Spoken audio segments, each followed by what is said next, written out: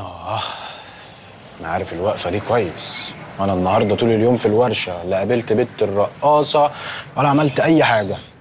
امال كنت فين كل ده؟ كنت مع المعلم جعفر يا ماما. جعفر تاني؟ هو ايه حكايه الراجل ده؟ صاحبي يا ماما، في ايه؟ هو انت ما بتسمعش الكلام ليه؟ ما انا قلتها له في وشك المره اللي فاتت، اللي يخلي راجل من سنك يعرف عيل من دور عياله.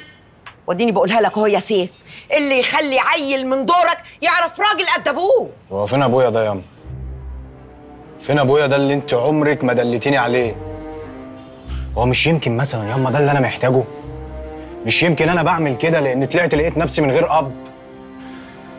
بالله عليك يا ستي، بالله عليكي ريحيني، لو عارفه له طريق دليني عليه. يوه، واحنا اللي هنعيده هنزيده، واللي نبات فيه هنصبح فيه.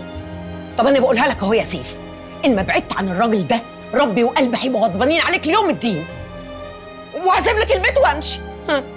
انا ما بقتش صغير يا ماما، انا اللي هسيب البيت وامشي.